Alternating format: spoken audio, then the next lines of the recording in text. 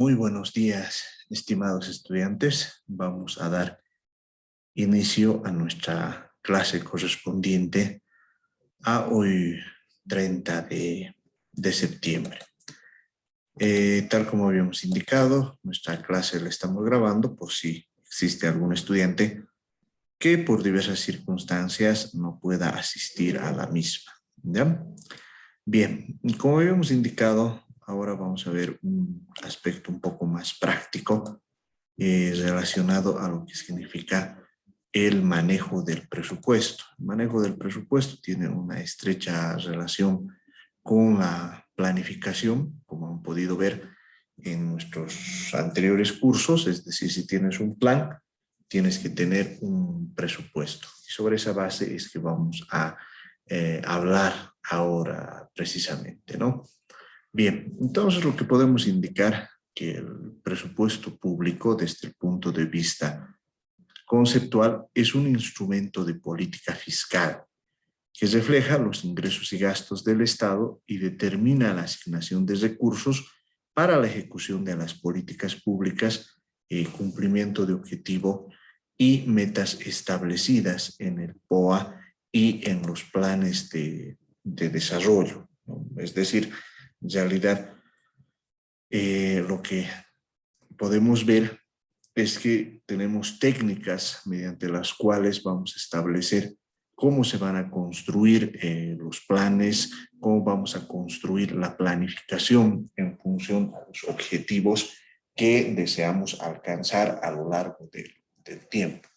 Y esos planes se pueden traducir, digamos, cuando estamos hablando de un horizonte de gestión más cercano, en determinados programas operativos anuales, ¿no? Entonces, de esa manera es que para alcanzar esos objetivos se necesitan recursos.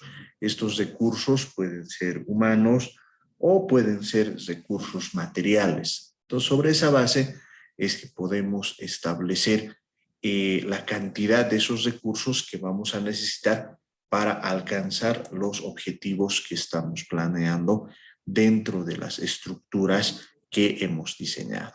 Ahora bien, este presupuesto se construye sobre la base de un equilibrio entre los ingresos y gastos. Eso quiere decir que estos ingresos y estos gastos deberían tener un mecanismo mediante el cual podamos establecer las asignaciones que podamos utilizar a medida que está avanzando la ejecución del presupuesto, tanto desde los ingresos como desde los gastos. Pero además nos tiene que permitir establecer una sostenibilidad financiera en el tiempo, ¿no? Eso quiere decir que esta sostenibilidad lo que nos va a permitir es trabajar un mecanismo mediante el cual vamos a lograr que las instituciones públicas puedan ser sostenibles en el tiempo y podamos lograr las transformaciones que hayamos pensado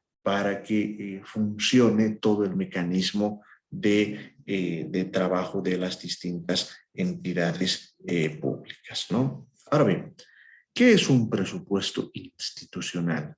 Primero hay que indicar que un presupuesto es un instrumento de planificación y programación de ingresos y gastos. Describe los planes y resultados esperados expresados en los programas y proyectos para la prestación de bienes y servicios al Estado. Es decir, lo que nos va a permitir, un poco para que ya empiecen ustedes a manejar el lenguaje técnico, la planificación tiene que ver con el conjunto de pasos para alcanzar un objetivo. La programación se refiere al establecimiento de los elementos más específicos de esa planificación. Por ejemplo, podemos hacer una programación de ingresos mensual, una programación de gastos mensual, una programación de tareas semanales. La planificación tiene más una visión de horizonte estratégico, de metas que se pretende alcanzar en un periodo de tiempo un poco más largo respecto a lo que se quiere alcanzar. En cambio, la programación ya es más específica, es una programación que tiene que ver con horizontes más cortos en relación a todo el funcionamiento de una determinada institución o de una de un determinado país. Por eso decimos, describe los planes y resultados expresados en los programas y proyectos para la prestación de bienes y servicios del Estado. También podemos decir que es una expresión financiera de los planes del Estado representado por las entidades del sector público. En ese sentido, hay una relación estrecha entre los planes que pensamos alcanzar y los programas que tenemos a futuro. También nos tiene que mostrar el equilibrio entre ingresos y gastos. Eso quiere decir que los ingresos, todas las fuentes que vamos a tener para llevar adelante el plan, tienen que estar adecuadamente equilibrados en relación a los gastos que estamos programando. El presupuesto también establece prioridades y permite evaluar la consecución de objetivos, detallando los costos de las operaciones y de los productos. En otras palabras, cómo vamos a alcanzar esas prioridades, cómo vamos a ver los costos relacionados a esas operaciones. Y permite alcanzar objetivos con sostenibilidad financiera en el tiempo, ¿no? Por ejemplo, podemos nosotros diseñar un programa de apoyo a la niñez.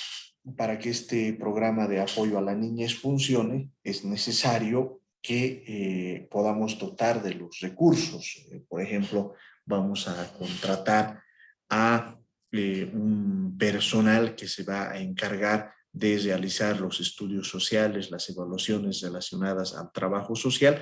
Entonces, esas personas tenemos que pagarles, ¿no? Y si nuestro programa va a ser de largo aliento, digamos un horizonte de 5 años, donde vamos a poder alcanzar los objetivos fundamentales, entonces tenemos que hacer una programación precisamente para estos 5 años. Por esa razón decimos, si estamos planificando, si queremos alcanzar estos objetivos, tenemos que tener la capacidad de dotarles a esos programas y a esos proyectos de una sostenibilidad financiera en el tiempo.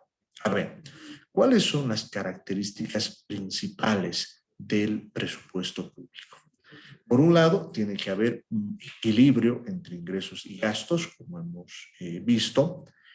También tiene que haber una sostenibilidad financiera en el tiempo. Si notan, estamos siendo bastante reiterativos en cuanto a la necesidad de alcanzar esta sostenibilidad financiera en el tiempo. Eso quiere decir que el presupuesto tiene que mostrarnos un mecanismo mediante el cual no solo vamos a garantizar las acciones, las tareas que estamos programando en el corto plazo, sino que ese presupuesto tiene que ser el suficiente para que podamos alcanzar las metas, los objetivos que nos estamos planteando en el mediano plazo.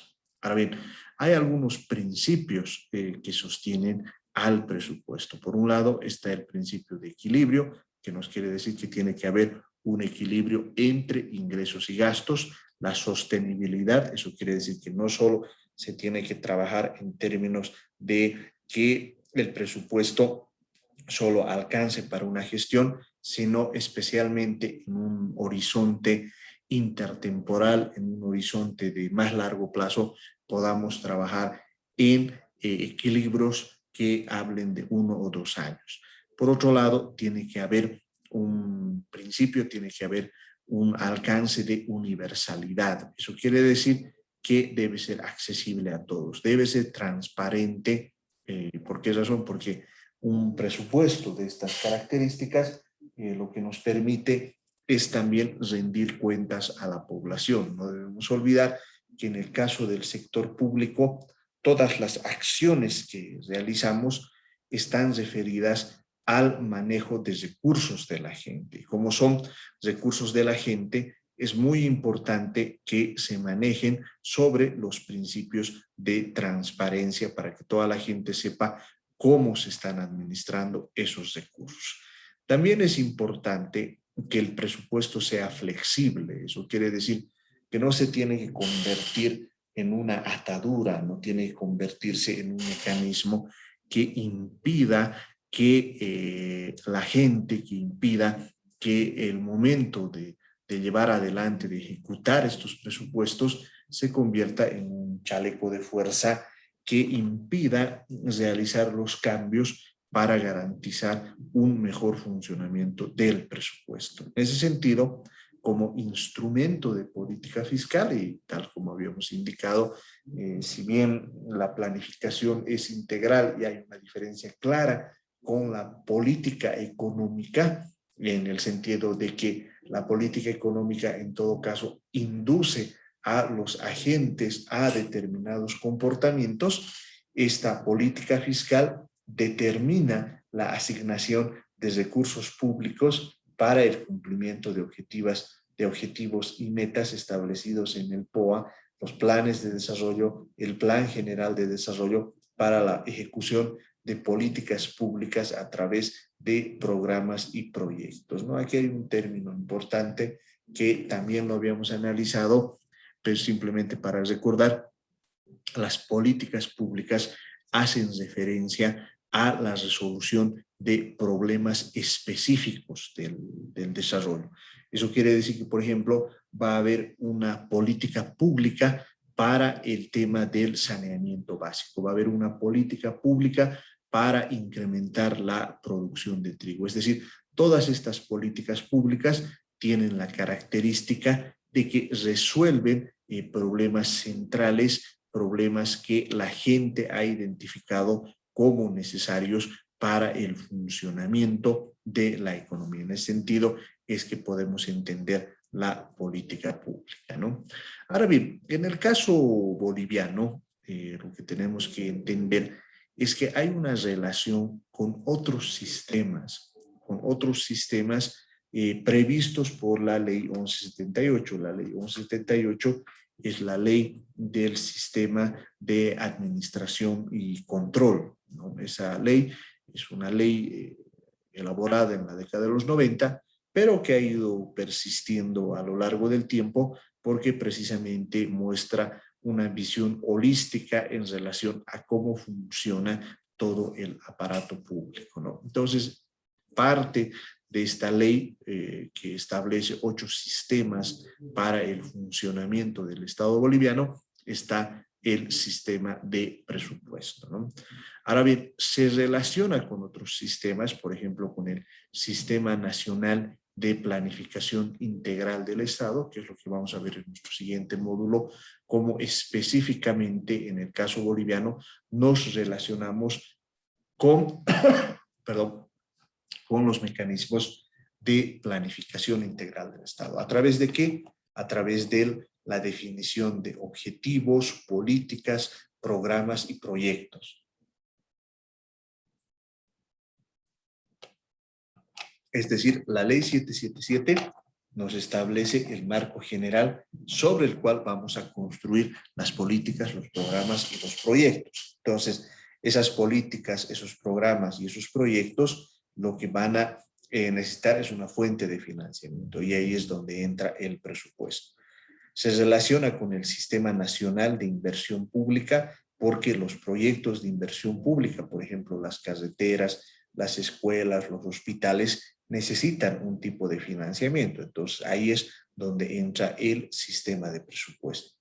Se relaciona con el sistema de programación de operaciones porque en este sistema de programación de operaciones se establecen los objetivos de gestión, los objetivos específicos y las operaciones, ¿no es cierto? Es decir, por ejemplo, podemos establecer como objetivo de gestión mejorar la atención de salud en el municipio de Culpina. Entonces, para alcanzar ese objetivo de mejorar la atención de salud en el municipio de Culpina, vamos a tener objetivos específicos. Por ejemplo, fortalecer la red de la salud del municipio, dotar de equipamiento a los hospitales, establecer plataformas de atención al público, etc.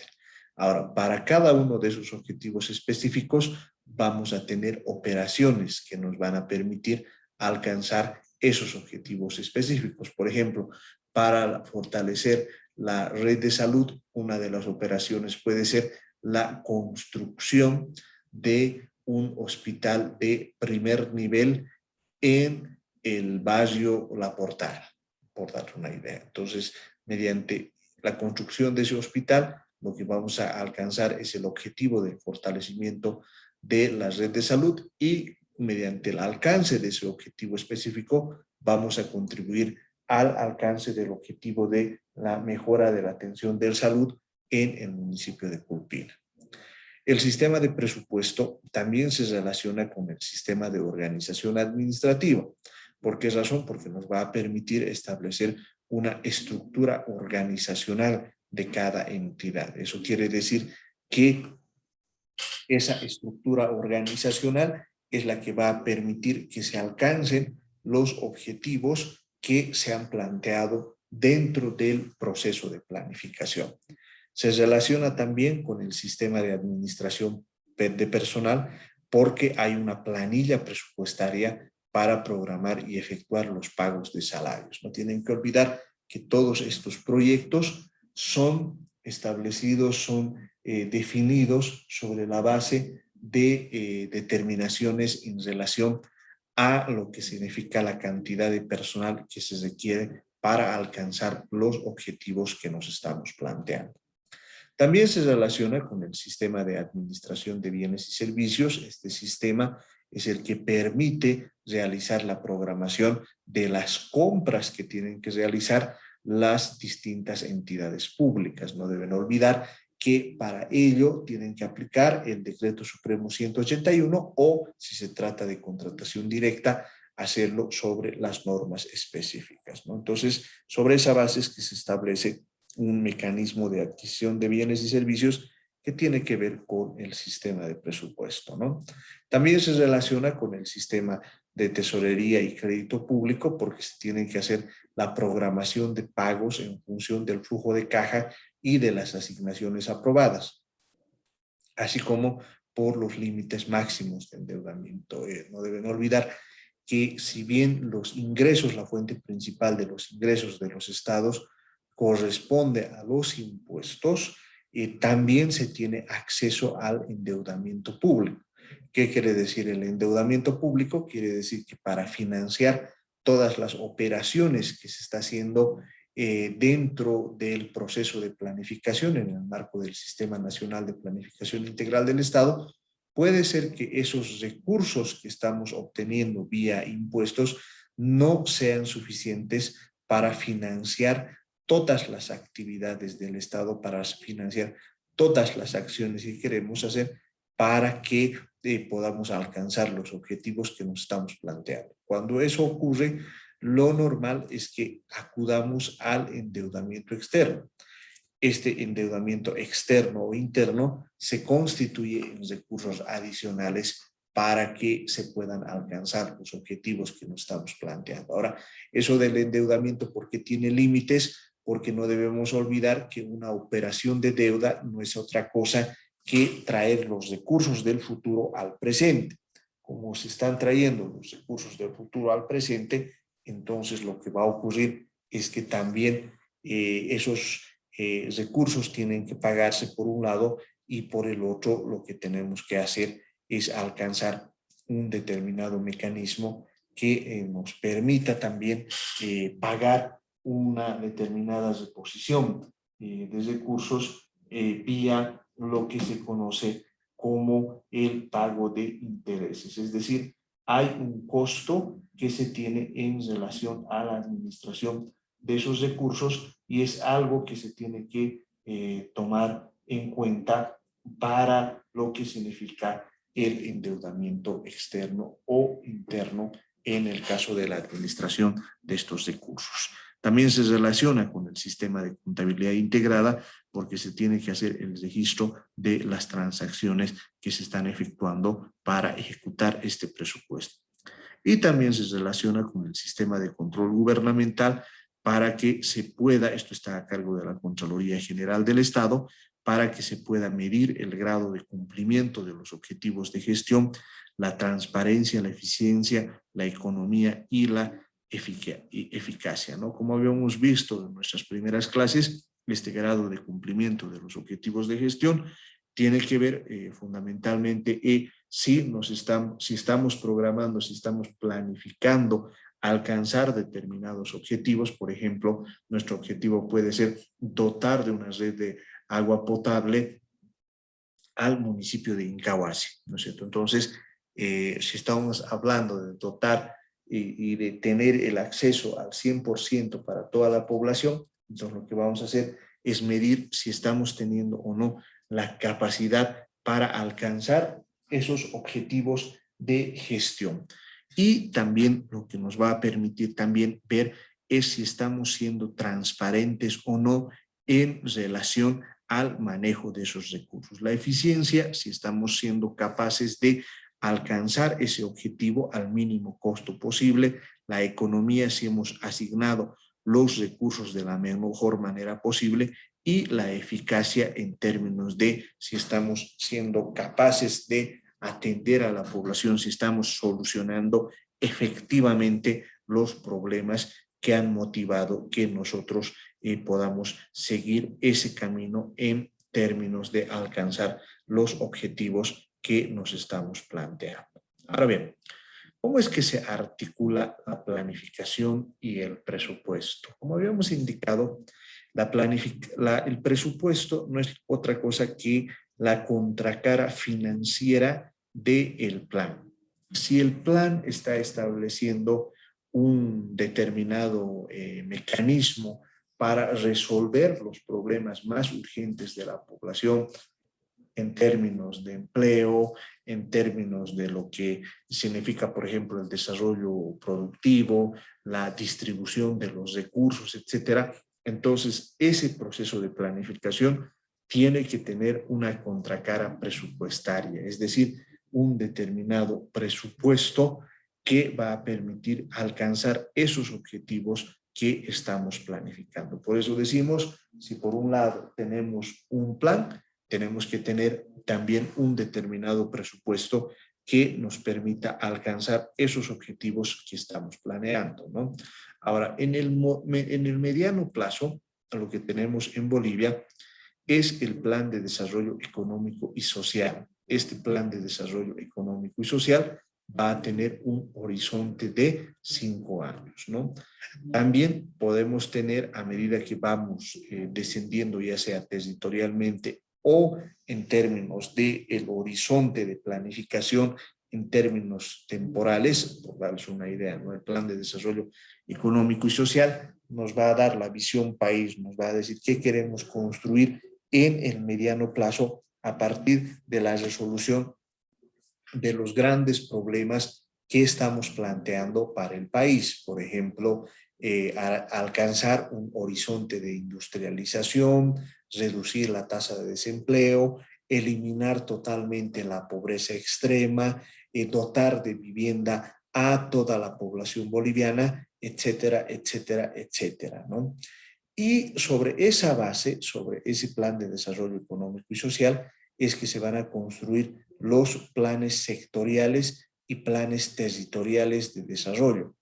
En términos de, por ejemplo, vamos a tener un plan sectorial para la minería, vamos a tener un plan sectorial para los hidrocarburos, un plan sectorial para todo lo que signifique la tecnología y así sucesivamente. Pero además vamos a tener planes territoriales de desarrollo integral.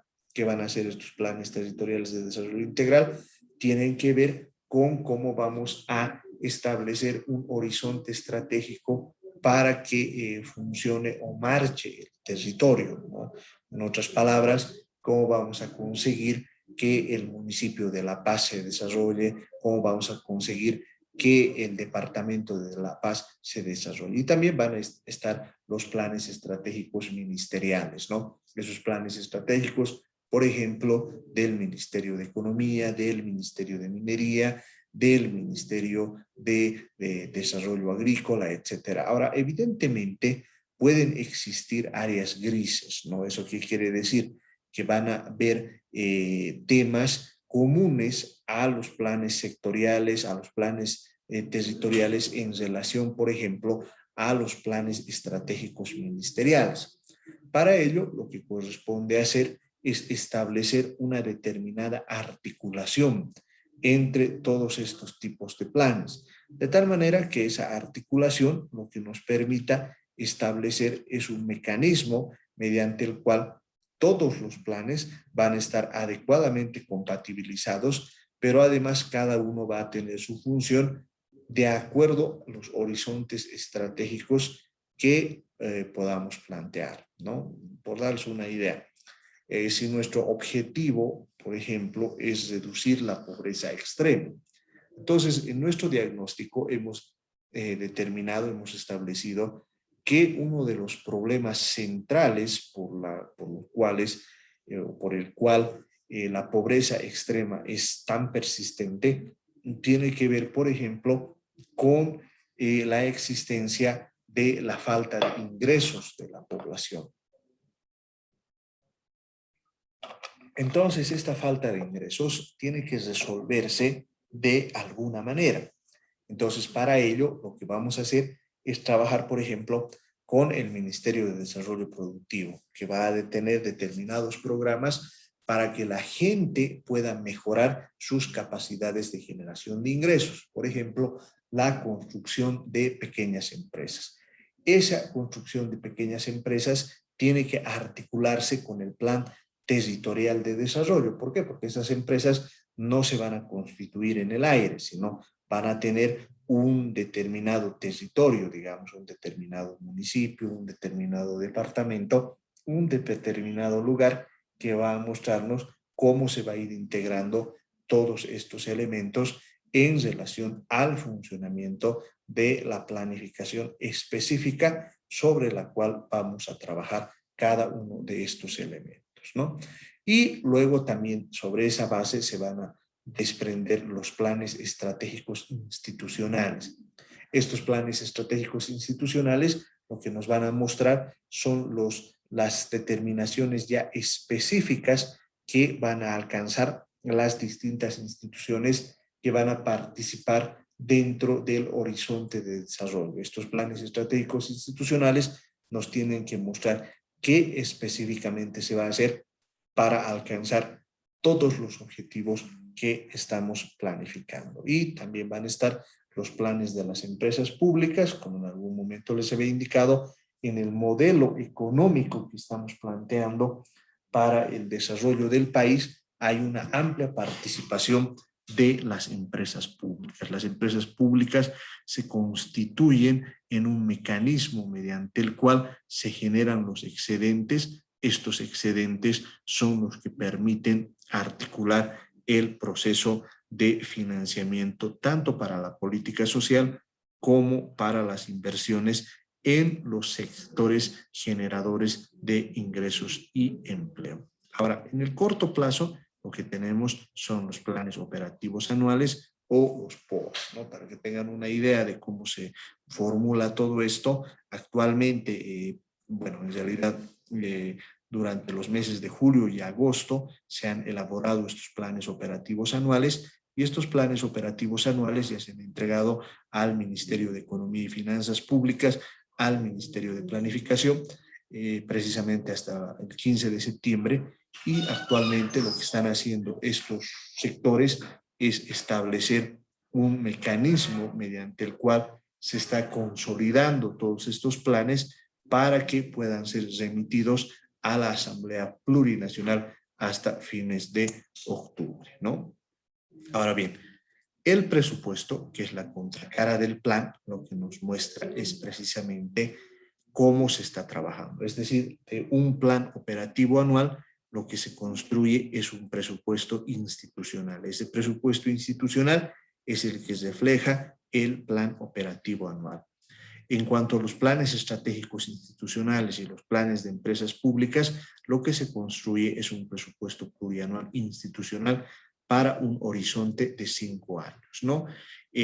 Para los planes territoriales de desarrollo o para los planes sectoriales se construye un presupuesto plurianual sectorial de un horizonte de 5 años y para el plan de desarrollo económico y social se constituye un presupuesto plurianual nacional que precisamente va a tener un horizonte de 5 años. Bien, entonces sobre esa base es que podemos ver ahora con claridad las etapas del proceso presupuestario que tienen que ver con la planificación y la formulación del POA, ¿no? Entonces, este es un proceso de presupuesto anual que tiene básicamente 4 grandes etapas, ¿no? El primero es el de la formulación, es decir, en esta etapa se establece qué es lo que queremos hacer y cuánto nos va a costar alcanzar esos objetivos que estamos planificando, que estamos estableciendo como horizonte para que podamos trabajar. Hay una segunda etapa que tiene que ver con la aprobación. Esto quiere decir que tienen que haber instancias que van a aprobar este presupuesto. Por ejemplo, en el caso de de los gobiernos autónomos municipales, tiene que estar esto aprobado por los consejos municipales, ¿no? En el caso, por ejemplo, de las universidades, tienen que ser los honorables consejos universitarios los que aprueben estos presupuestos.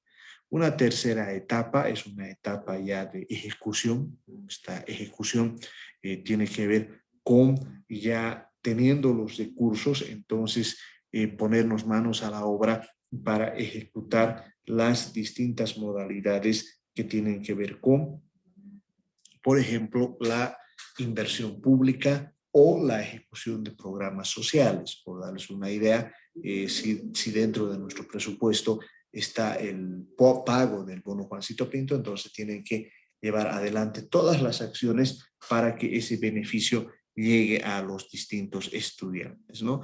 Y hay una cuarta etapa que tiene que ver con el seguimiento y la evaluación. El seguimiento quiere decir que si se están alcanzando o no los planes o los objetivos contenidos en cada uno de los planes para llevar adelante. Eso quiere decir que mes a mes, semana a semana, se tienen determinadas tareas que se tienen que entregar. Y la evaluación se refiere a si se han alcanzado o no los objetivos que se han planteado dentro de ese proceso de planificación y presupuesto. Todo esto, como un tema transversal, está la rendición de cuentas y la transparencia fiscal. Eso quiere decir que como este proceso de formulación también ha sido consultado a la población, especialmente en los municipios, ha sido aprobado por las instancias democráticas que representan a los distintos actores de la sociedad, entonces esos objetivos tienen que evaluarse para ver si los mismos respetan toda la estructura que ha sido construida precisamente para el proceso de formulación y aprobación presupuestaria. Pero además, lo que se tiene que hacer es un proceso de rendición de cuentas y transparencia fiscal, que es lo que va a permitir mostrar que esos recursos han sido adecuadamente establecidos, ¿no? Entonces, como habíamos dicho, hay un proceso de planificación. En este proceso de planificación se establecen los objetivos y metas de gestión, eso como tema ya específico, como producto que refleja ese proceso de planificación, se va a traducir en la existencia de un plan operativo anual en el marco del Plan de Desarrollo Económico y Social y las políticas sectoriales que tienen que ver con el funcionamiento ya específico de cada uno de los elementos que se están llevando adelante. Sobre esa base se va a establecer un presupuesto que corresponde a la determinación y asignación de recursos para el cumplimiento del POA. Es decir, en el POA vamos a decir qué objetivos, qué metas de gestión pretendemos alcanzar, pero para esos objetivos y esas metas de gestión tenemos que asignar recursos, tenemos que asignar dinero para que esas metas las podamos alcanzar. En ese sentido, se va a traducir esta planificación en una determinada programación de ingresos y gastos que vamos a llevar adelante para que esto funcione, ¿no? Luego va a haber un proceso de aprobación. Esta aprobación va a estar a cargo de la máxima instancia de cada entidad que aprueba el anteproyecto de presupuesto. Esto es, se tiene que establecer una resolución que va a decir que ese anteproyecto de presupuesto ha sido aprobado, ¿no? Por ejemplo, en el caso del ámbito nacional, la Asamblea Legislativa plurinacional en el marco de la Constitución Política del Estado aprueba la ley y el presupuesto general del Estado para cada gestión. Este presupuesto se aprueba en los meses de noviembre y diciembre y nos muestra con claridad cómo es que se va a hacer todo el proceso para que se pueda tener un mecanismo mediante el cual vamos a decir así es como se ha aprobado la ley y el presupuesto general para cada gestión. Y posteriormente lo que se tiene que hacer es ejecutar. Si digamos todo el presupuesto ha sido aprobado, por decirles, mediante ley del 10 de diciembre de cada gestión, ese presupuesto entra en operaciones a partir del 2 de enero de cada gestión. Es decir, en forma previa a cada año se aprueba el presupuesto y ese presupuesto se va ejecutando a lo largo de la gestión. Entonces, para ello, lo que tiene que haber es un cronograma de ejecución de gastos en base a la disponibilidad de recursos y presupuestos. Es decir, en cada presupuesto lo que vamos a decir, este es el volumen de ingresos que vamos a tener y este es el volumen de gastos que pretendemos alcanzar. Entonces, ese volumen de ingresos y recursos es el que se va a ir ejecutando a lo largo de la gestión, ¿no? Para ello, o si ustedes quieren, como elemento central dentro de la ejecución de estos recursos, va a estar la producción de bienes y la prestación de servicios para el cumplimiento de los objetivos y las metas. Entonces, esta producción de bienes y servicios lo que nos va a permitir es indicar qué estamos alcanzando, qué estamos logrando precisamente con la ejecución de los recursos que hemos planteado administrar, ¿no?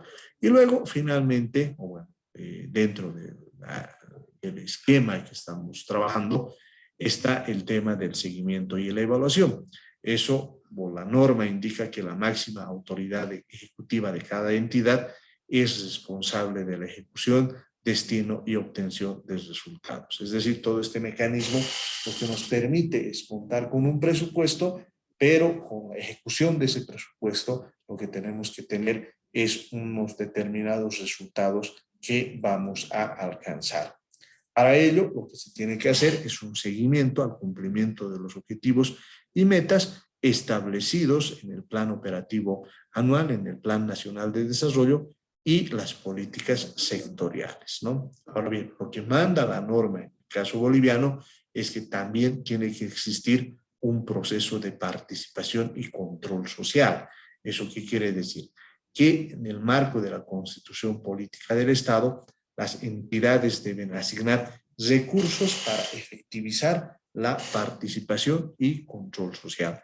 Anualmente, cada entidad realiza la rendición de cuentas a la sociedad civil de los resultados obtenidos. Ahora, todo esto tiene que estar hecho en un marco de transparencia fiscal.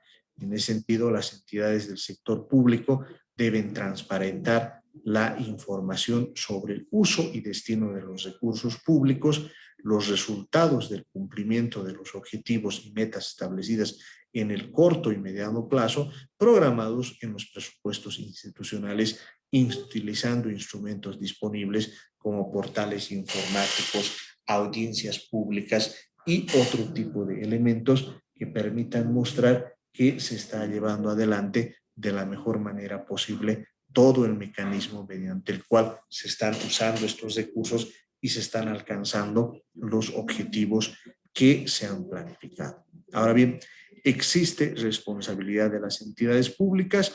Ahí la norma es muy específica, dice la MAE de cada entidad es responsable del uso, administración, destino, cumplimiento de objetivos, metas, resultados de los recursos públicos y la aprobación, ejecución y cierre de proyectos, a cuyo efecto deberá observar el cumplimiento de las disposiciones contenidas en la normativa vigente. ¿Qué quiere decir esto?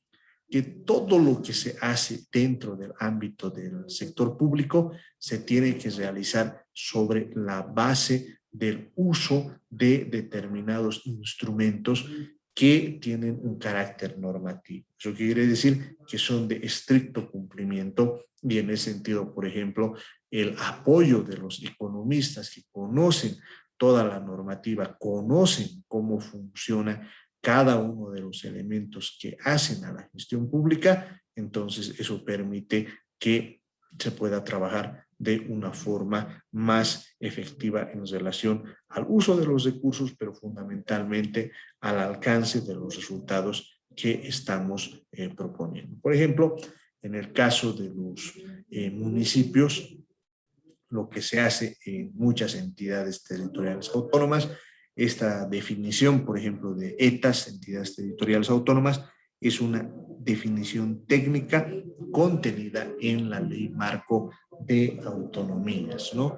Las entidades territoriales autónomas están compuestas por los gobiernos autónomos departamentales, los gobiernos autónomos municipales, los gobiernos autónomos indígena, originario, campesinos y los gobiernos autónomos regionales. En cada una de estas entidades territoriales autónomas se pueden realizar eventos participativos denominados cumbres municipales, donde se reúnen los diferentes actores municipales para la elaboración participativa del plan operativo anual. ¿En qué consiste este plan operativo anual? Precisamente en todos los elementos que hemos visto, ¿no? Por ejemplo, acá estamos utilizando un ejemplo de las cumbres que se realizan en los distintos municipios, ¿no? Por ejemplo, hay una cumbre 1 que es para la preparación de organización, donde se convoca a las organizaciones y a los sectores de salud y educación, se definen metodologías y cronogramas, se prepara la información para la socialización, se hace dentro de estos eventos un balance de la ejecución del plan operativo anual de la gestión en curso.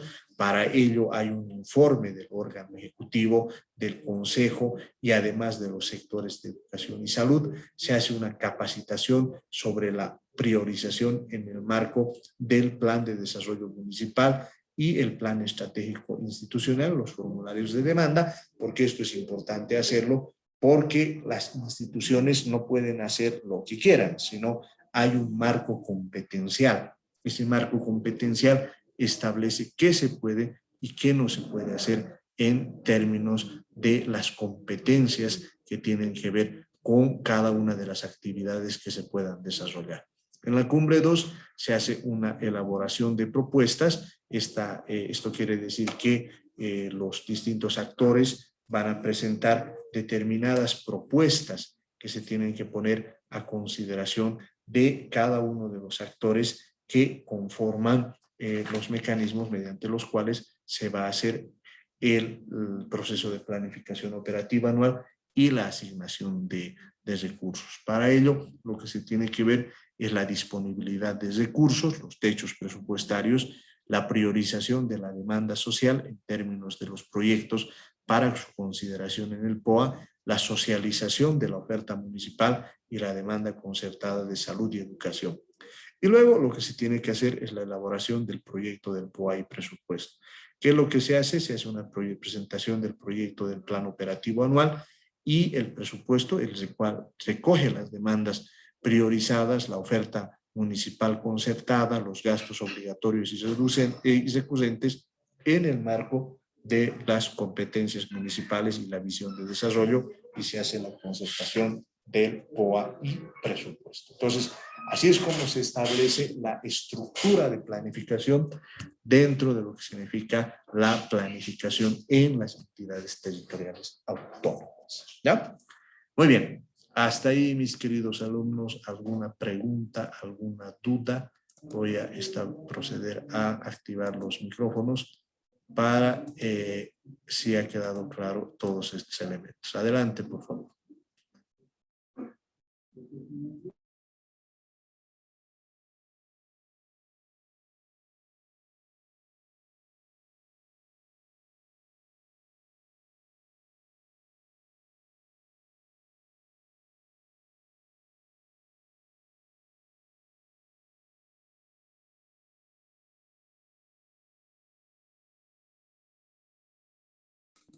Bueno, adelante, adelante.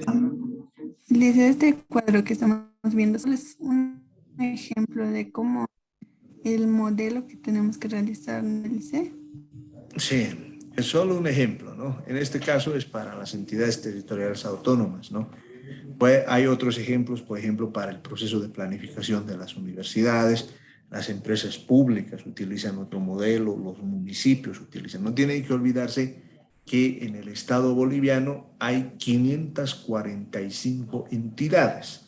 Ahora, esto incluso en términos de la demanda laboral, ustedes tienen que analizarlo porque ese es el espacio, esos son los lugares en los cuales los economistas trabajamos. ¿Ya? Entonces, este solo es el modelo, ¿no? Tenemos que realizar en sí las tareas previas, el desarrollo, la elaboración de propuestas. Y bueno, es el modelo que debemos seguir, ¿no, Lice? Sí, sí, sí. A medida que vayamos avanzando, o sea, digamos, este es un modelo que estoy viendo solo para los municipios. Nuestra siguiente clase les voy a explicar ya, digamos, los elementos comunes y qué se tienen que realizar para ver los momentos específicos, ¿no? Y si nos da el tiempo, podemos utilizar una planillita para que les explique cómo en específico se hace también un plan operativo anual y el presupuesto correspondiente. Ya, Lice. Dice, por favor, esa parte, más que todo. No, con el mayor de los gustos vamos a hacer una práctica al respecto, ¿ya?